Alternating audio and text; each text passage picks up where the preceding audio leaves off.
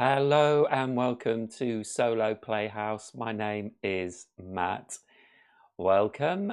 Tonight I am playing more Spires End. I was going to say Slay the Spire. No. Spires End Rangitaki.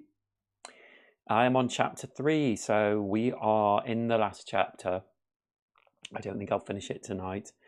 But also, if you haven't seen my Eternal Decks video, which is a lovely 42 minutes long and explains how to play Eternal Decks solo and the story mode, please go and have a look at that. Please subscribe if you haven't already. That would be very helpful. And yeah, we're going to get on and play a bit of Spires End. So, end of last chapter. We had fought Coco the crab, which was kind of weird because I didn't feel like it really told us quite how to operate that crab. There were some very grey areas, but I did what I thought was right, and we defeated Coco, or we survived Coco, I should say. We didn't defeat them, and now we've started spewing up spears.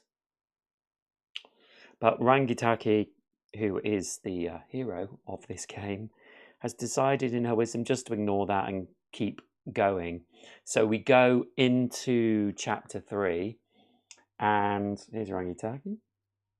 If you haven't seen this before, please go. There is a playlist of Spires End, so you can go back to the beginning and follow me trying to work out how to play it. In fact, I've got my other camera, so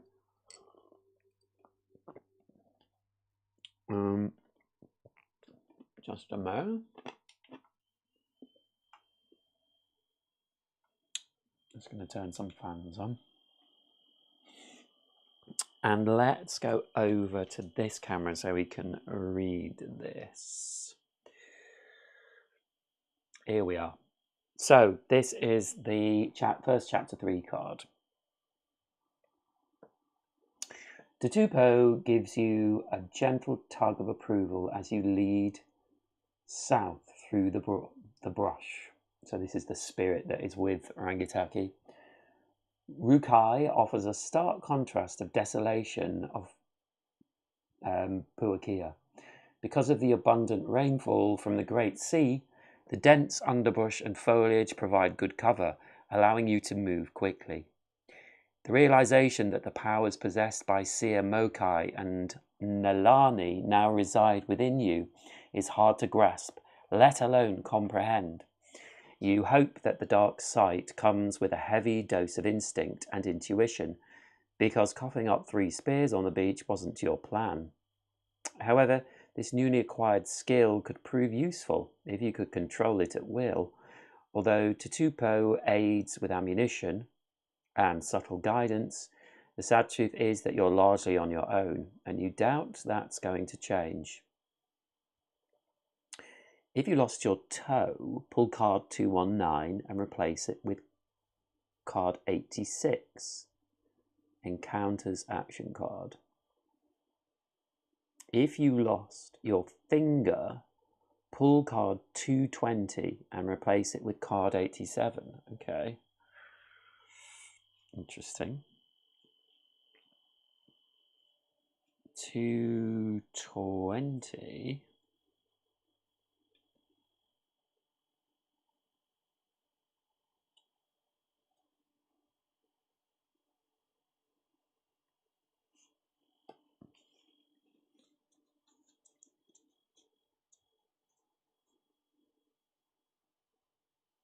$87 Encounters action card. Oh, okay. And replace it. Okay.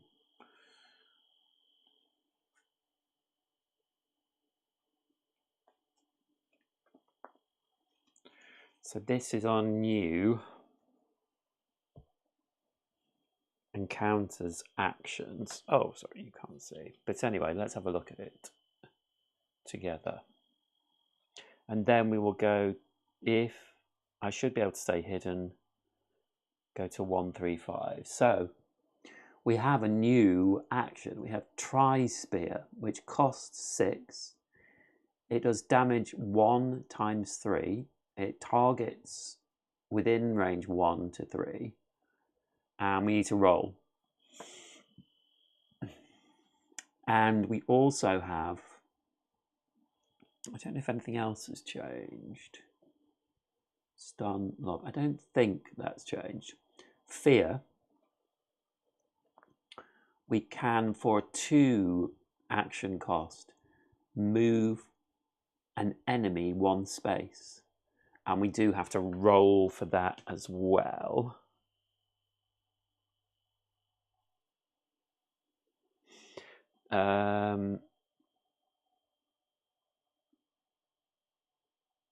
Yeah, so we will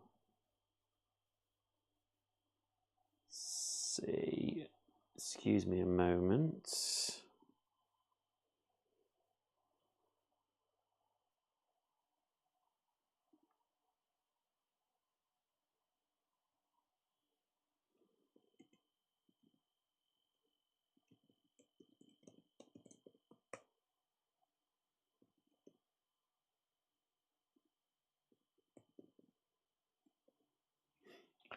Okay.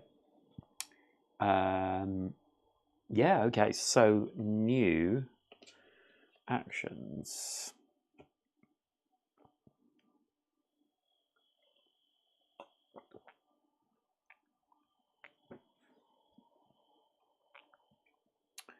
And we have to pull card 135.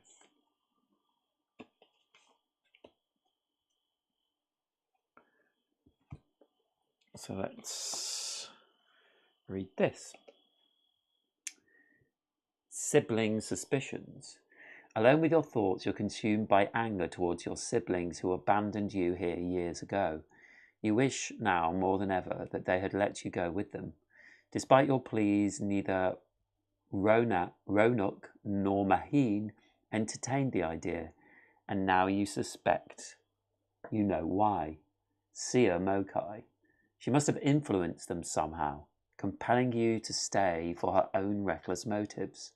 For someone with vision of the future, you would have expected a more carefully crafted plan to confront the Rukai and prevent the slaughter of Makana. Your brother would have been a far better candidate for the dark side. He was the obvious choice, strong, willful, and brave. Why did she allow them to leave and keep you behind?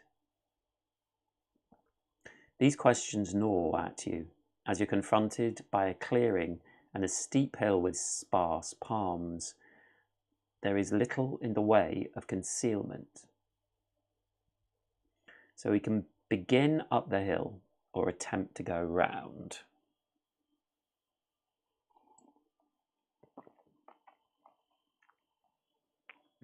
Let's go round. 1, 3, 8.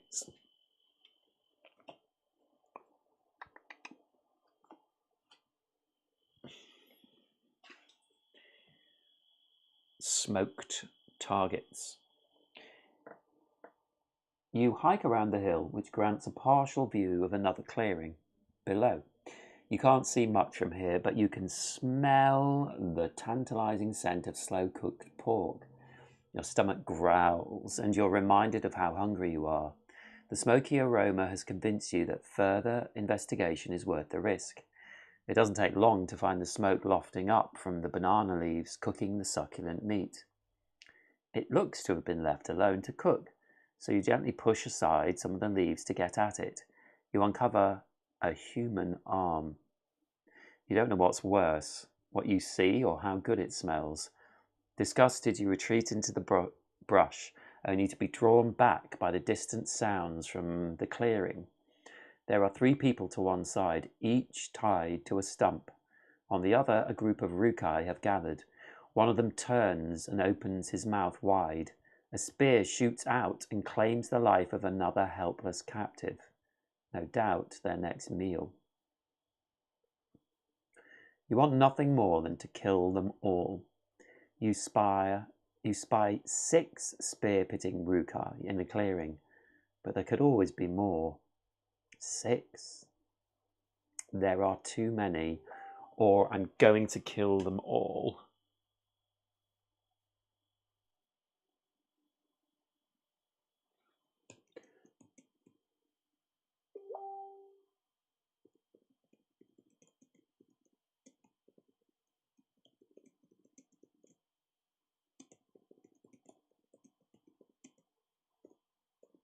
Excuse me.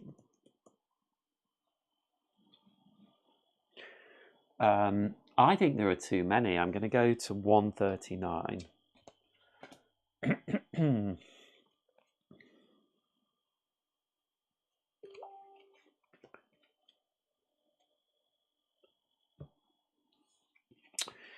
So 139 is new stakes. Reluctantly, you head back into the bush, intending to take the long way around. Soon you're knee-deep in thorns, mud, and swarms of the biggest mosquitoes you've ever seen.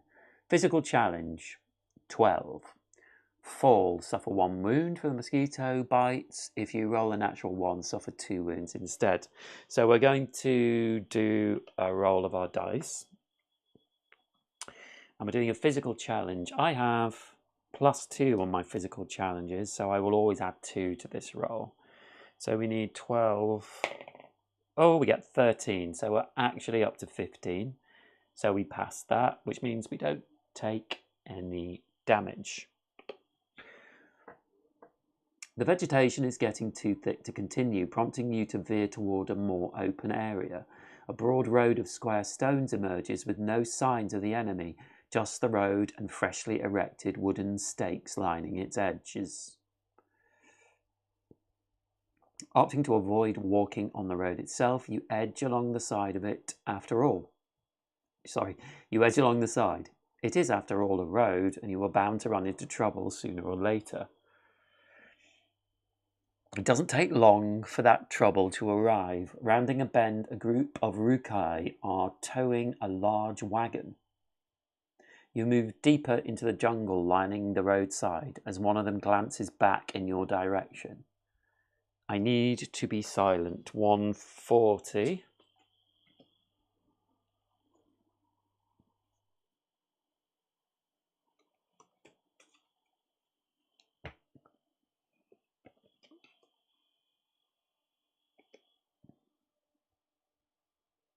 Heads up.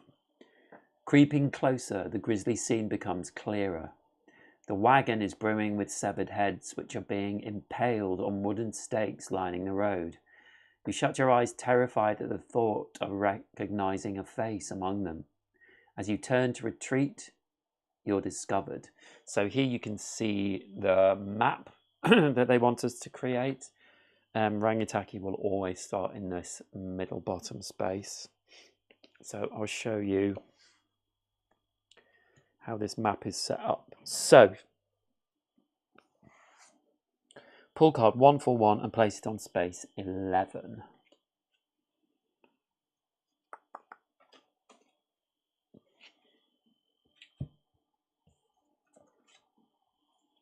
Hoo-ha.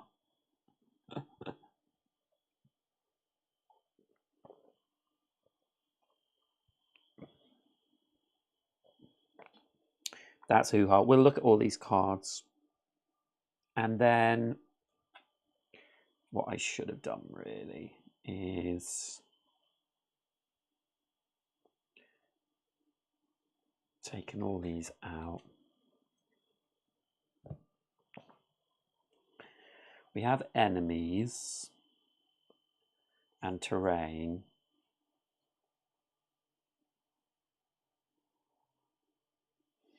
And then it says pull Ollie and Packer from the enemy's card deck. So Ollie and Packer are the top 2.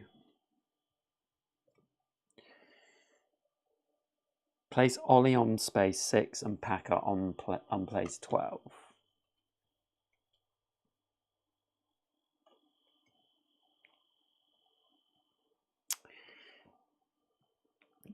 Put 1 additional enemy card and roll for placement. Okay, so we get all these enemy cards. And we'll give them a shuffle.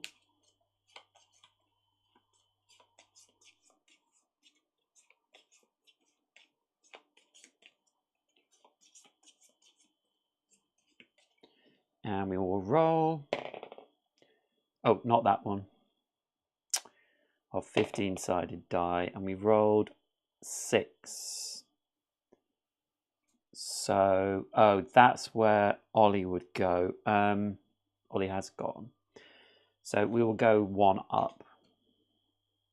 We've got Babaloo. Pull 1 banyan tree from the terrain deck and roll for placement. Banyan tree. And that's going in 13, which is here.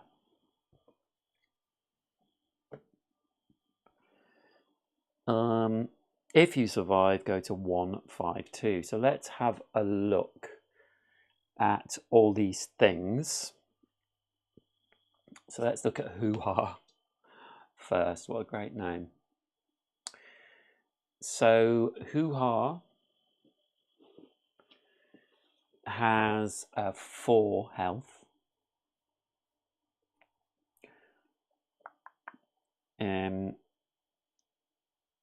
He has full range. Any space.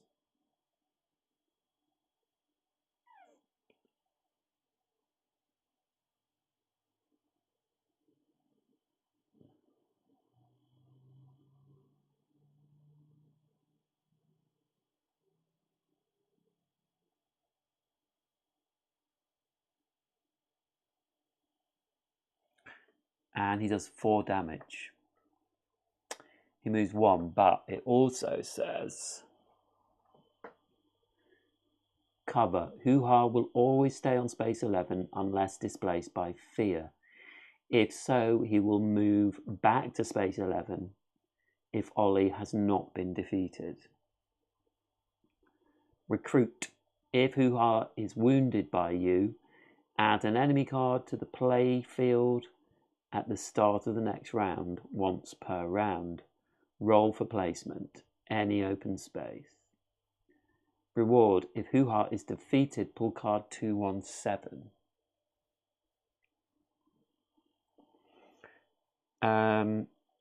This is 4 rounds, by the way. If Hoo-Ha is defeated, we will get 3 action points back.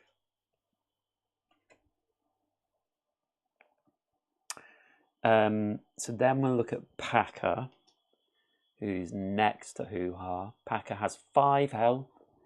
He has long range, line of sight, and he does 2 damage. He can move 1. Block. Packer will try to block the first attack at her or on an adjacent ally over once per round. Block is an out of turn trait. Execute a crit miss roll for success.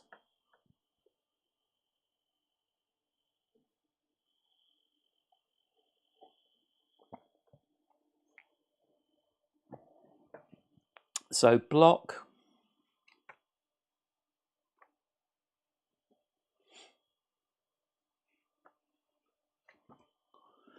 Where's my little sheet?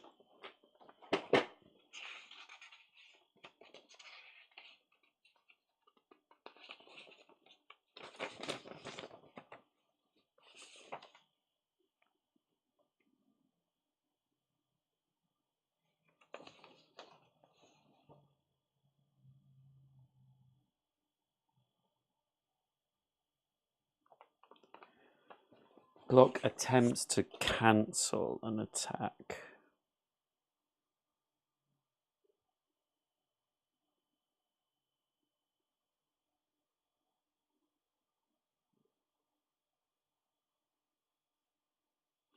Yeah. Shield hit. If Puka is adjacent when she attacks, it inflicts an additional wound. Okay. Then we have Ollie. I need to put these in the right place. Ollie has 6 health and has line of sight, long-ranged attack. Does 2 damage. Also has block. Protect. Ollie will only move if Hoo-Ha is not in play or defeated, and we will get 2 action points back if we defeated Ollie. And then we have Babaloo. Looks like he's been fishing. And he has 4 health. He has a 3 or a 1 attack, and that is adjacent. He moves 1 as well. Pua Needles can attack 2 spaces out, adjacent, line of sight. Babaloo inflicts 3 wounds 1 space away and 1 wound 2 spaces away. Poison. Attack inflicts 1 additional wound at the end of the round. Pua Explosion. When defeated, all characters in play are poisoned. So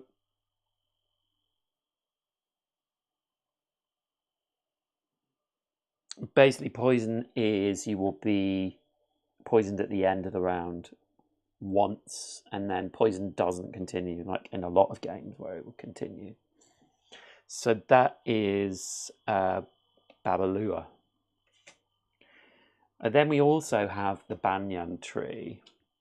So what's with this? Banyan Tree is impassable, no line of sight, no lobbing over the Banyan Tree.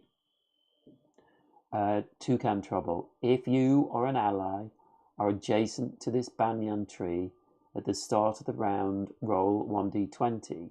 If you roll a natural 1, that character is attacked by toucans, suffer 1 wound. Okay.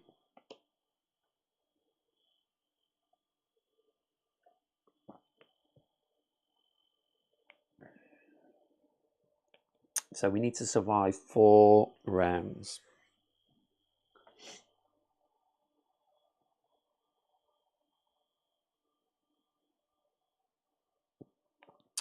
So I really need to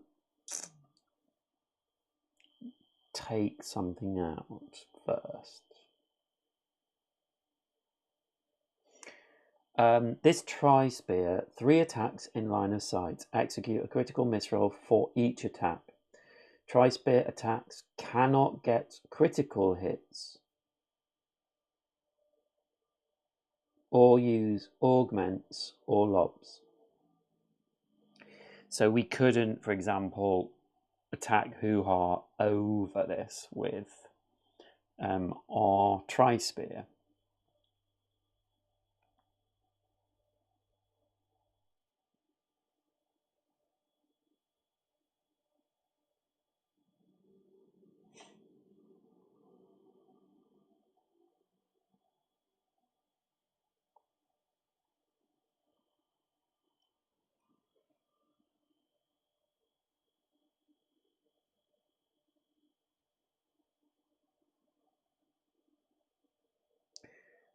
So I'm wondering what I should do. Hoo-Ha is going to hit me every round. So I feel like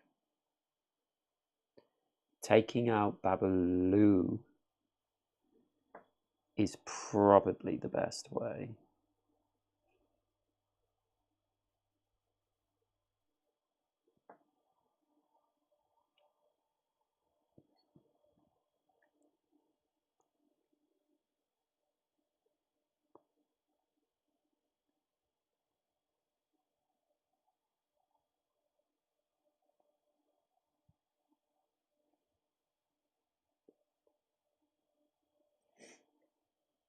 But I'm wondering, because these 2 will protect Babaloo and Hoo-Ha when Babaloo is defeated, if because they will both try to block the first attack at them or an adjacent ally once per round. So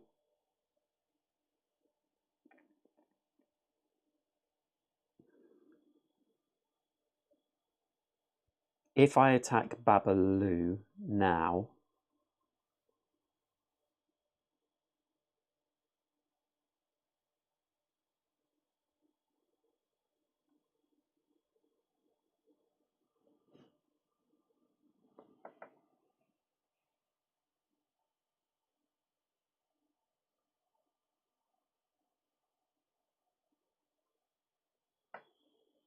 one of them will block. At least I can't quite work out if they both will.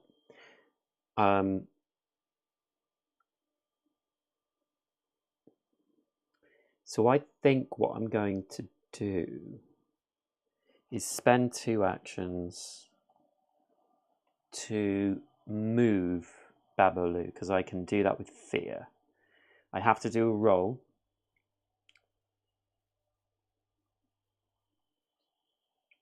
And so I have to get 6 or more. So I got 15, so that works. So we'll move Babalu this way.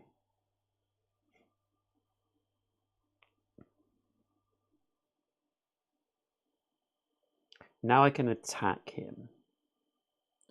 So if I did...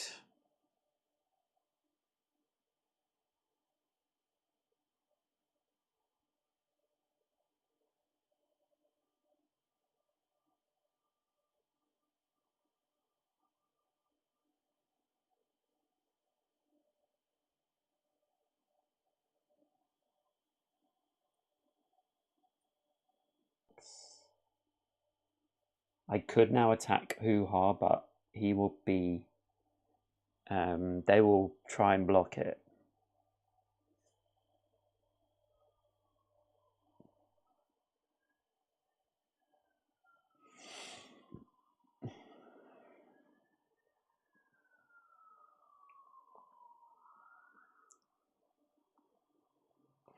I'm going to do a dart shot, so just a normal attack on Babalua.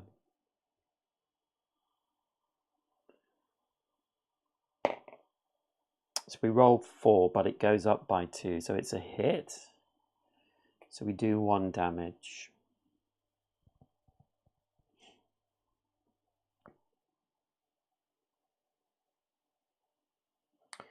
And I think I'll move.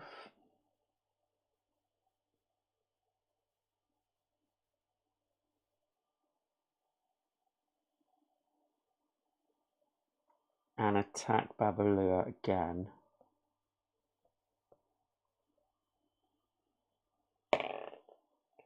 Roll 14, so that goes up to 16, so I do another damage. Oh, I should have marked this first round. And then I'm going to use my last one to move again. Okay, so now the enemies will attack, and they go from the lowest up. So Ollie cannot attack me and cannot move because Hoo-Ha is in play. Babalua cannot attack me from here. He's only attacking adjacently.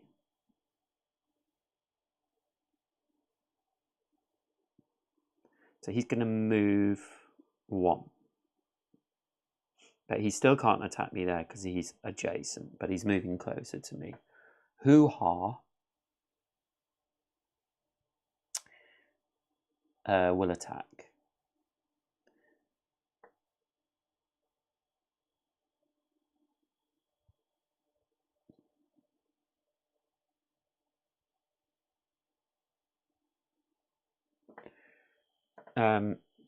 It's bad. If Hoo-Ha is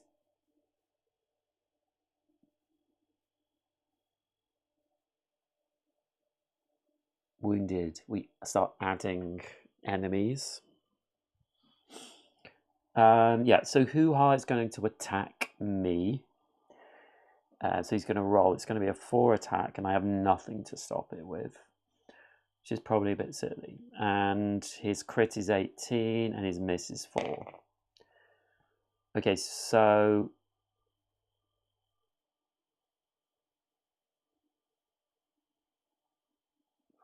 I think he does a critical hit.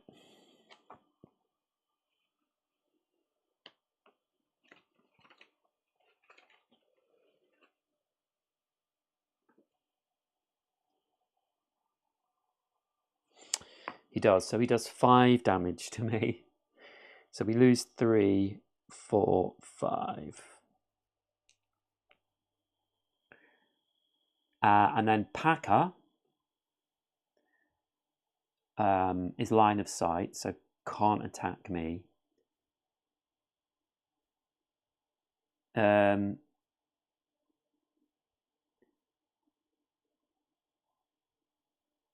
She will move though. She's got 1 move, so she will move towards me in an attempt to attack me, and she can't.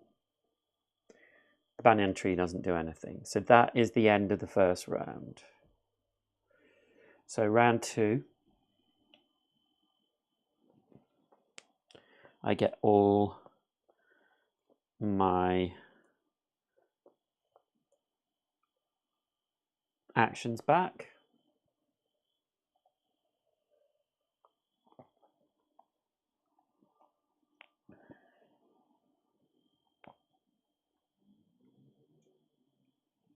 I think we should see if we can kill Babaloo.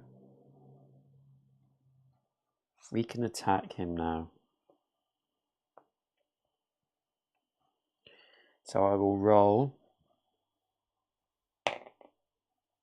Oh, we got 18, so we go up to 20, which is a crit.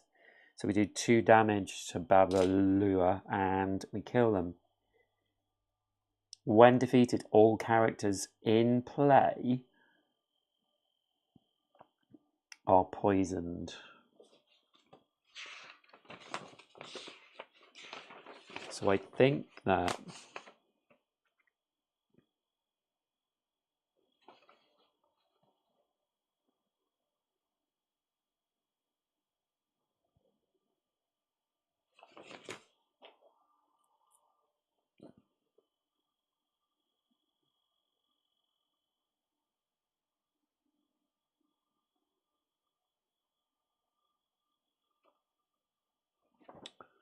let me just check.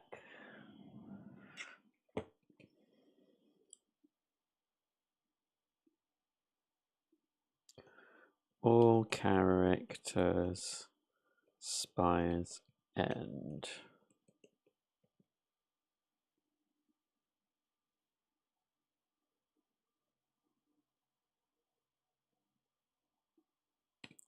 Are enemies too?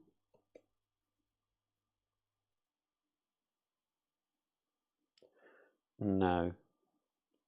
I've asked that the wrong way. Are enemies in Rangitaki characters defined as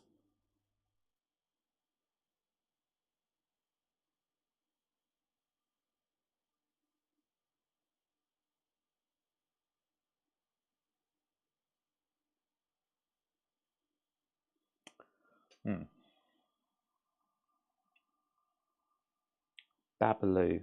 Let's try that. Babaloo alters Rangitaki.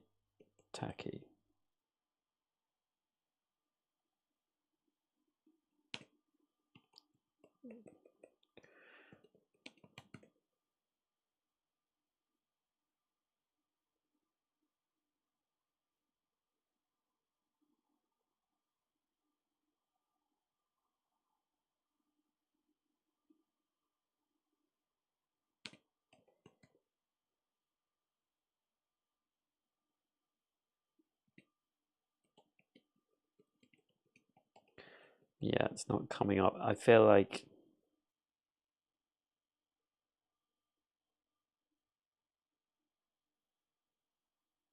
No.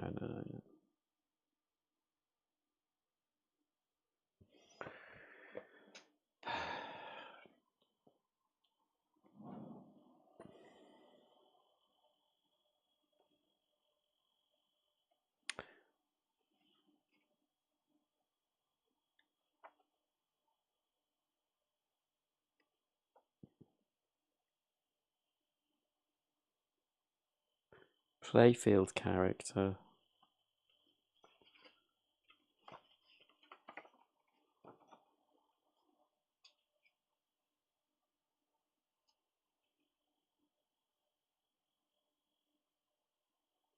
I think they are. I think they are.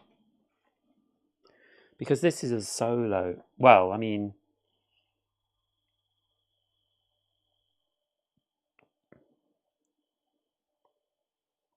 yeah, I think everyone's going to take 1 damage. Basically. So we're all going to take 1 damage. So they'll be down to 4. So I think I'm going to move 1. So now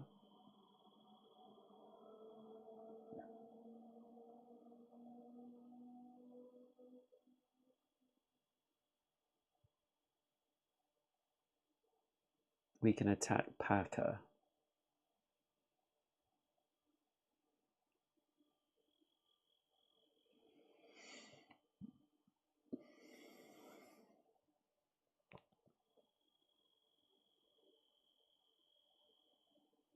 So I think we will spend 6.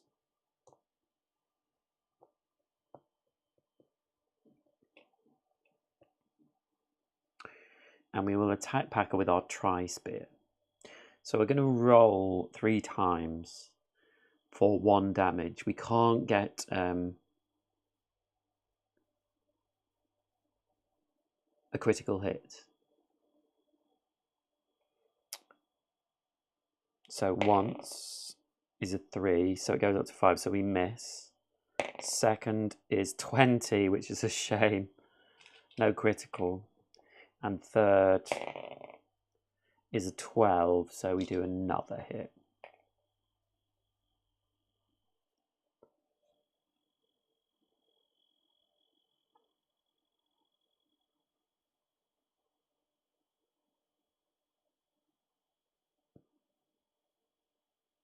We should have done a critical roll for Ollie. So he got a 20, so that means one of those would have been blocked. So we only did 1 damage to Packer. Then we have 1 action left, so I'm going to move up here.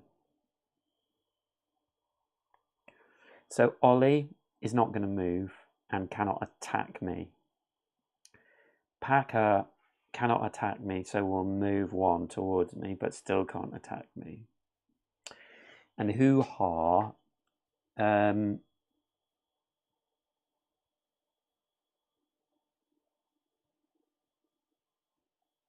attack from anywhere.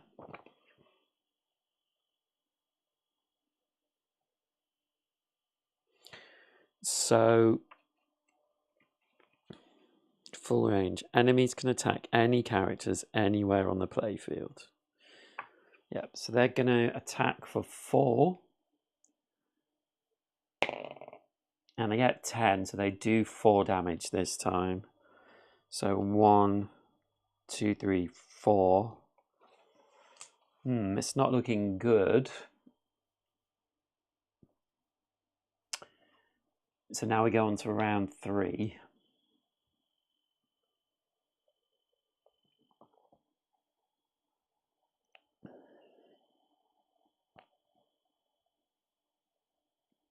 So Packer has no defense now. So I get all my actions back.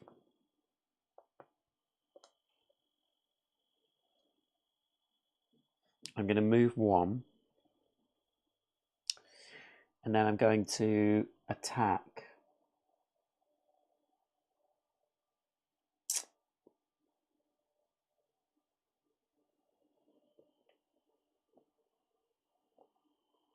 Do a 1 attack.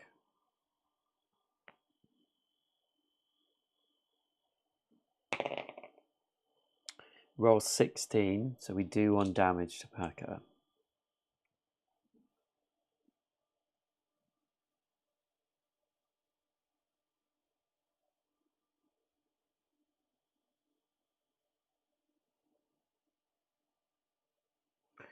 And we'll do another one. 14, so we do another damage to Packer.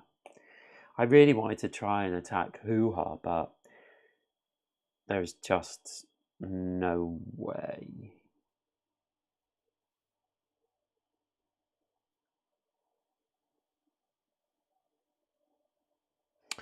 I'm going to try and dodge a wound. So I will just put that on Rangitaki. And I will move back here for my last action.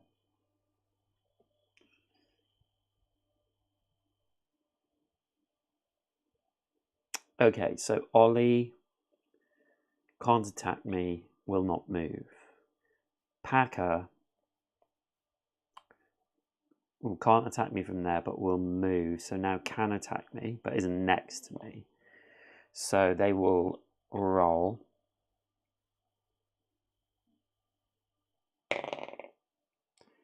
And they rolled a 9, so they do 2 damage to me. I will use my dodge, which I have to roll for as well. I rolled a 7, so I do dodge 1 of those hits. And then Hoo-Ha is going to attack again. And rolled a 9, so we'll do 4 damage to me. 1, 2, 3, 4. I have 1 life left.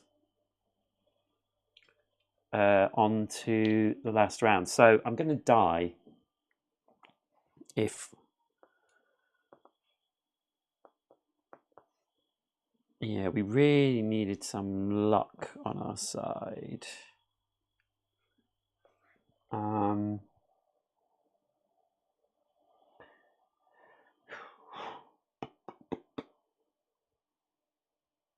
So I think we'll spend 6 to do a tri-spear on Packer.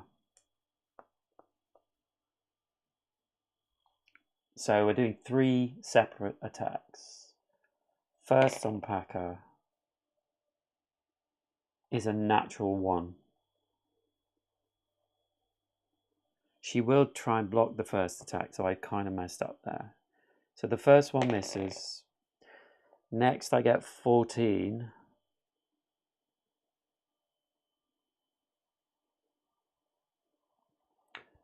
She will try and block that one. She does. So my last attack does 7, so that gets through. And I will attack again. I'll attack again. Do 1 attack. I get 14, so we kill Packer. And we get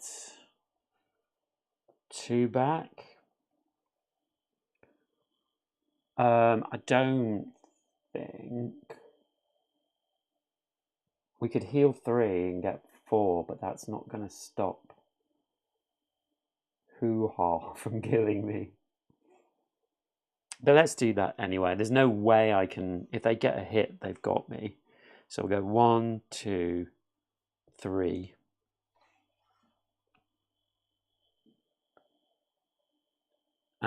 So they get to go. This is the last round, by the way. So if they miss, if they roll a 1, 2, 3, 4, we would get through.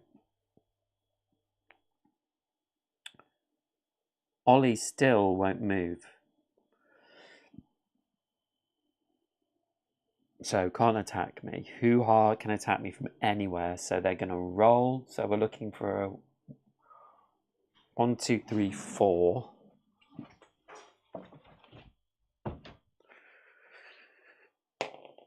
Ooh, rolled a 1. Wow. Just when I need it. A 1.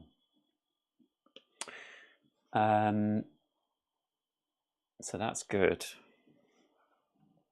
So we have 4 health left. So if you survive 1, 5, 2. So these will go out. These will go back to their respective decks. Terrain.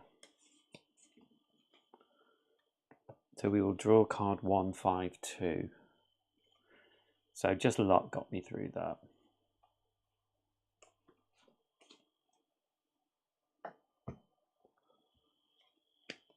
So let's look at this. Dead centers. You race away until you reach an intersection in the road. Something appears at its center, a tiki of the ancients, weeping pitch black tears into a pool of tar. The Rukai, oddly enough, are terrified by the macabre fountain and make a hasty retreat. You're soon alone with only the sound of the tar trickling into a pool of black as the sun begins to set. Roll all 3 challenge dice. Okay.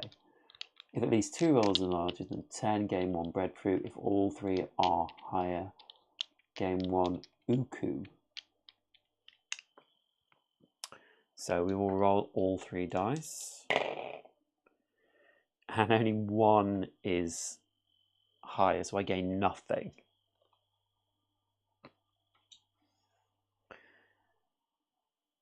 And then it says,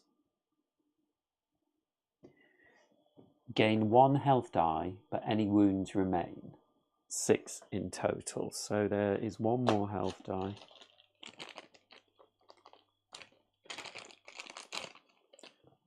So we're now up to 7 health.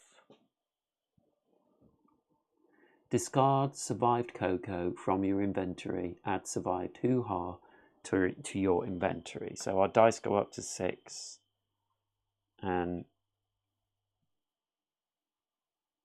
action points.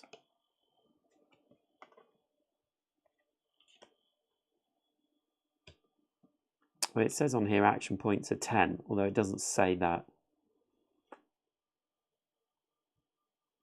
Oh, your action points reset and increase to 10.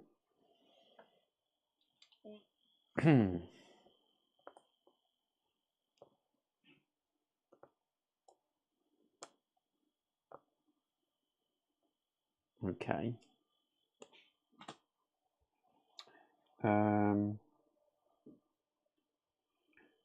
We can back away from the fountain. Let's approach the fountain. 155.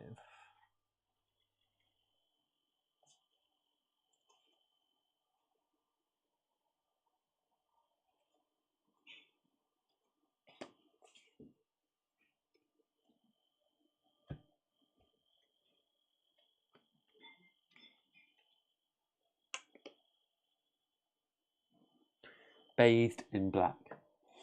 As you near the fountain, Tatupo stirs and pulls you towards it. Unable to control him, you're dragged straight over the lip of the fountain and into the pool of tar. The thick liquid is initially frightening, and you fear you may choke and drown. However, the pool is shallow, and to your surprise, it feels quite good. You're certain this is the work of the dark sight. The link to the land of the dead is strong here. Murmurings of voices long since passed surround you. Although you can't tell precisely what's being said, it isn't threatening. Any apprehension you felt is replaced with hope and encouragement. For the first time, the possibility of escaping the atoll feels attainable. You imagine yourself at sea on a magnificent boat with a crew of misfit adventurers, away from the Rukai. As you dream, the heat of the tar soothes your aching muscles and relieves the tension. There is a sense of calm here you've not felt in a long time. Any wounds you have are healed. Wow. So I get all my life back.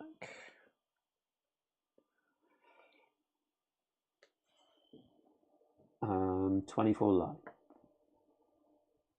I feel a bit off. 156. Okay.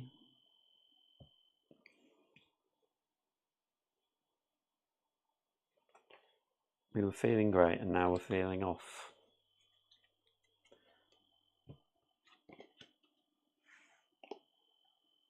Dark Walker.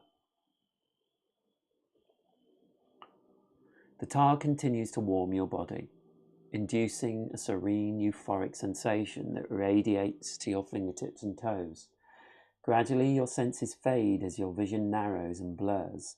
Clouds, stars, spirits, and objects you can't identify rush past you at an inconceivable speed. Time, physicality, and identity dissolve into a dance of shadows until only the darkness remains, accompanied by a soft, melodious hum. Then it begins to melt away. You can see your feet plodding forward on the stone road. It's still night, and it's beginning to rain. This way, whispers a familiar voice. To your left stands Roanuk, your brother. Over here, another familiar voice calls. Maheen, your sister, stands to your right. Approach your brother or approach your sister.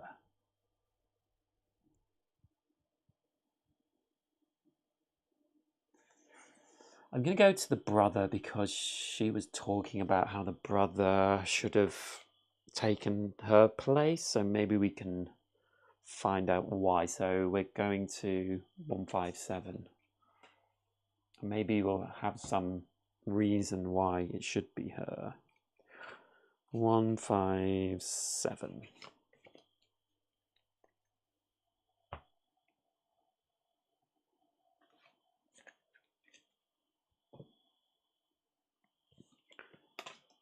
So 157 is pillow talk.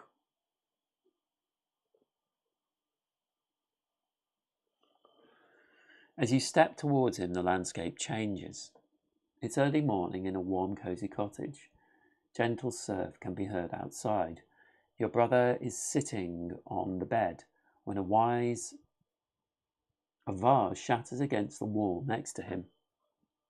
Get out! You recognize this voice as well. It's Venna, the busty woman from the Sunken Pearl. I'll send you from the sea crest, I promise. Roanoke pleads. I'll never hear from you again, and you know it, Venna screams. I'm coming with you or it's over, she cries. Roanoke slides off the bed and walks towards her. Venna, listen to me. Maheen and I, we need to make this trip alone. Seer Mokai said it was important. That senile old bat. Why? I'd love to know.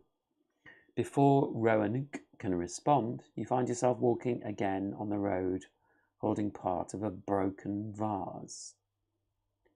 Add Venna's vase to your inventory. Venna's vase. After making any roll, you may choose to re-roll it. This may be used once, then discarded. What's going on? 164. So, what is going on?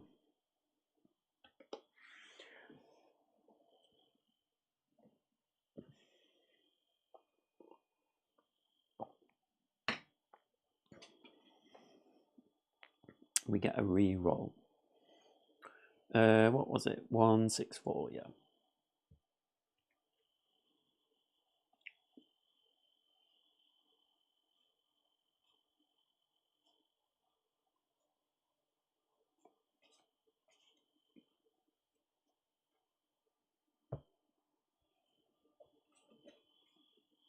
So 164 is mental fog.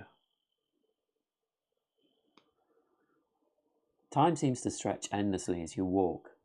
Uncertain whether minutes, hours, or days have passed, the thick tar coating has dulled your senses, compelling you to plod forward along the road, unaware and unafraid. Yet amidst the grip of the black oily substance, brief moments of clarity pierce through as rain begins to cleanse your skin. With each droplet, your thoughts resurface and unfamiliar voices echo around you. Rangitaki, a voice calls. Before you can answer, someone's hands are on your face, wiping away the sticky residue. The mental fog lifts, replaced by dread. You don't know where you are. Venna, who you met at the Sunken Pearl, is in front of you. Pardon me, looking visibly panicked. It's first light and you're in a single file line leading up the perfectly steep temple. Seeing the climb up close makes your body ache. Mental challenge 12. Okay. So we get 2 extra on mental challenges as well. Oh, we got a 19. So yes, we are completing that. Fail, suffer 1 wound. If you roll a natural 1, suffer 2 wounds. No, I still feel off 165.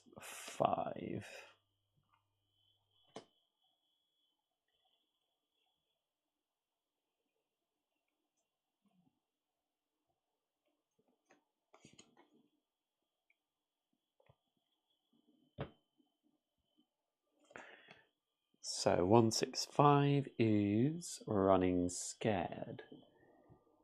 You weren't here a moment ago. Hide your weapon. They'll kill us if they see it. She pleads. Who? The Rukai, of course, watching guard over the line. There's a shrill scream coming from atop the temple. Every few minutes we hear that from up there. She points to the top of the temple. The line of helpless captives moves forward, pushing the 2 of you closer in the temple steps. We need a plan fast, Venna urges.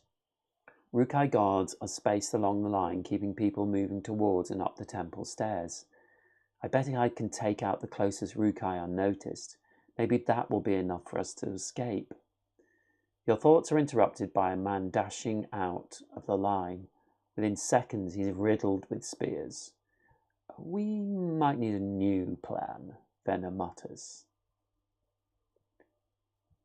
So, I still think we can make it, or maybe you're right.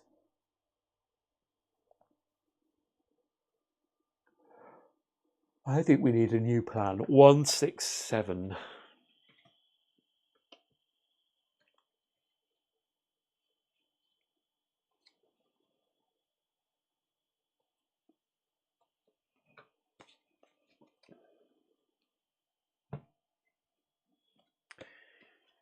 So, 167 is whip it good. The line of impending doom inches forward, accompanied by another distant scream from above. The situation appears hopeless. Keep moving, shouts the Rukai from behind you with a crack of his whip. You've got to hide your weapon, Venna pleads. Your mind races. Could you hide your weapon in the void? Shove it down your throat? They never find it there. A seasoned seer could probably do it, but you're at a loss. Besides, how would you retrieve it later? So many questions swirl within your mind. The line pushes forward again, thrusting you to the foot of the temple. The guard is looking at us. Get rid of that thing. You hear the snap of another whip. So we have a physical challenge 10. We get 12, so that's up to 14. So we succeed. We dodge the attack. I don't know what to do. 171.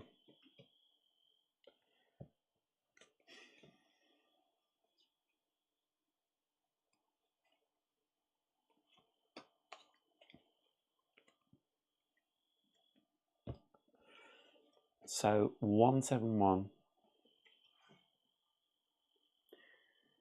Down the hatch. Enough, I'll hide it. Stand in front of me so the guard can't see what I'm doing. This is going to get a little weird. You open your mouth wide and carefully begin to slide the blowgun down your throat. That's not going to fit, kid. Mental challenge 7. So let's roll this. And we got an 8, which is actually a 10. So we succeed. Yeah, you ignore her and try again. This time it's different. There is a foreign coldness in the back of your throat. It prickles and begins to naturally stretch. The blowgun slides right in. That was really gross, Venner says, disgusted but impressed. Up you go, Urukai God commands, shoving you and Venner up the temple steps. It worked.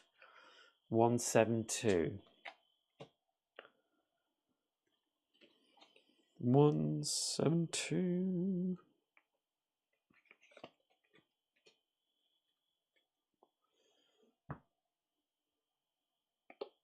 So 172 is slip-ups. The steps may be wide and spacious, but the climb is still treacherous. Blood has slicked their surface, making each step potentially fatal. The crowded conditions only exacerbate the danger. Near the top, a single slip proves catastrophic, dragging down a dozen unfortunate souls and resulting in their deaths. Cormac, I believe you met him in the Sunken Pearl, has a ship, and the plan is to escape to Seacrest. He's agreed to wait for me until sunset before setting sail. There shall be canoes along the shore of the bay. Whatever happens, get those canoes, Venner says. Yes, another scream rings out from above. I'll go first, Venner says, forcing you aside and cutting in front. You're only a few steps away, and the line is being pushed forward yet again. Horror, no doubt, lies ahead. 178.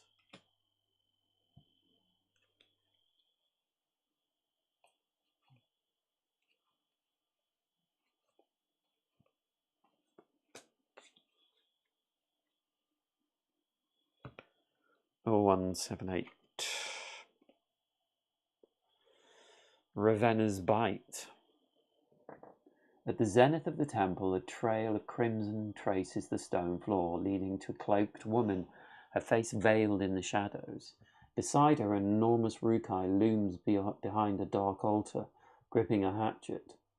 Lying on it is the latest unfortunate soul to reach the end of the line, blood seeping freely from a fresh slit to the throat.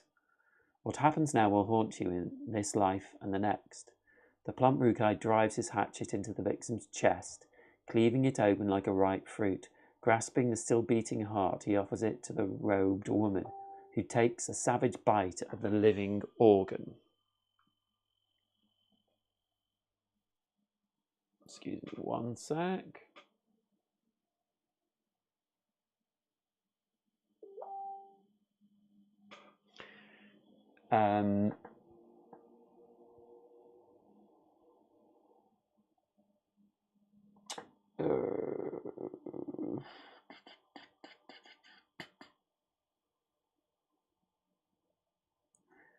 Who takes a savage bite of the living organ. The lifeless body is then tossed off the side of the temple.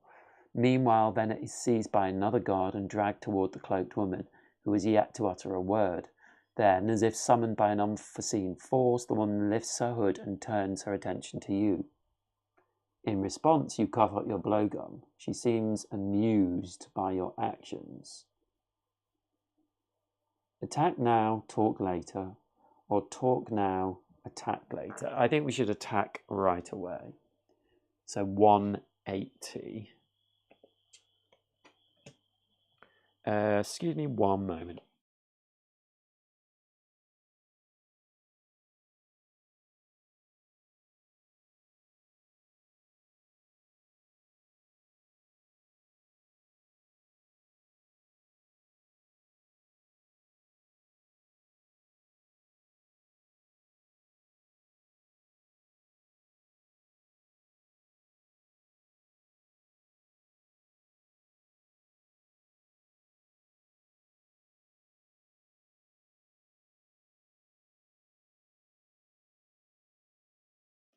Sorry about that. Someone wanting to buy a game off me, messing me around. Okay. So we're attacking now. 180.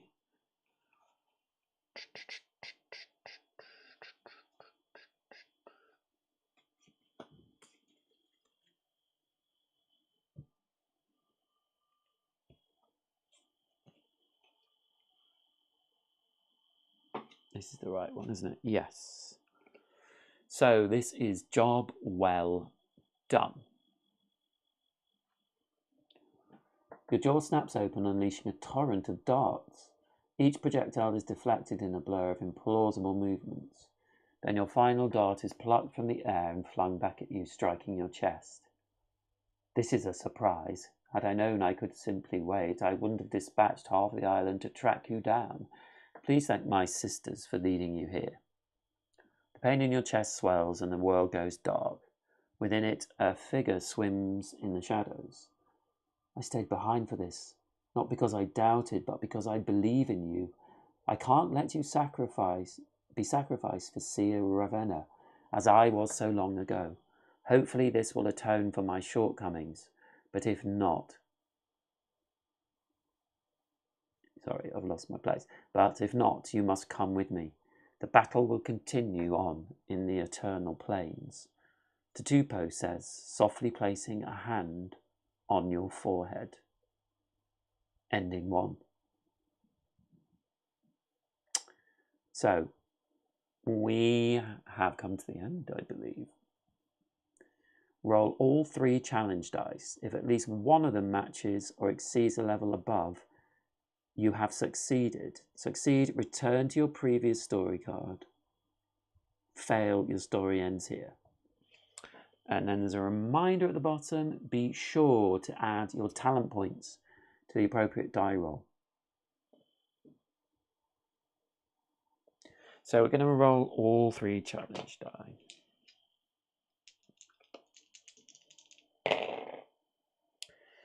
And we got 16 on our physical. So we got this one, because it's actually +2. Succeed, return to your previous story card, 178 or 179. So we're returning to 179. And I guess we will put this back. 180.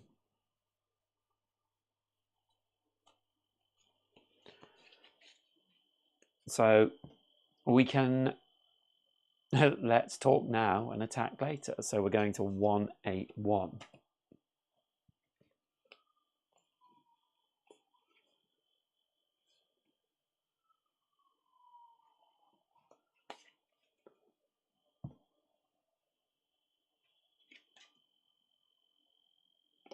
Oh, we're on that. Sorry. There you go. Just need a little drink of water.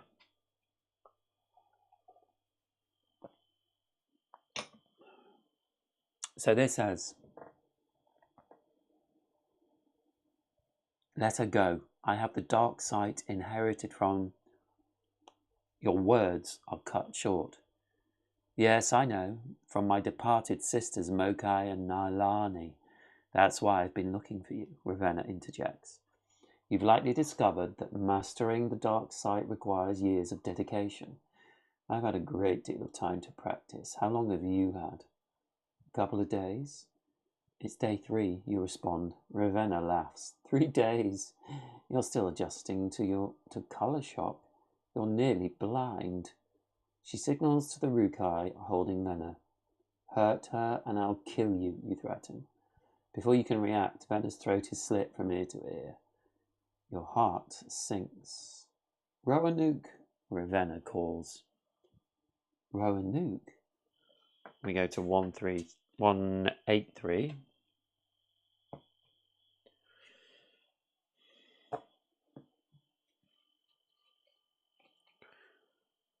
Mm, 183. Okay.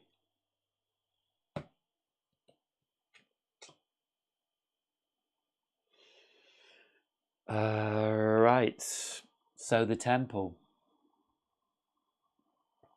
We have a fight. And I think what I'm going to do is pause here. And I will come back. Because I've got everything at max, it's a good place to kind of pause it.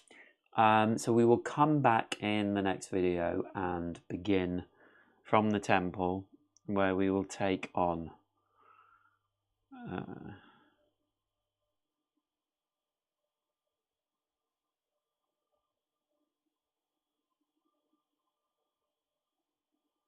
Yeah, until we defeat Ravenna. No. Oh. Yeah, well, we'll see. I've got to pull some cards. But I'm going to stop there for this evening. I can't play for too long, but there we go. I'm going to be honest, not my favourite game at the moment. And we are nearly all the way through it. It's just not, I don't know, it's not very exciting to me. There's a lot of reading, a lot of rolling. The mitigation kind of feels a bit boring. Like, I've had these +2 on my physical, mental, critical rolls for like the entire game almost.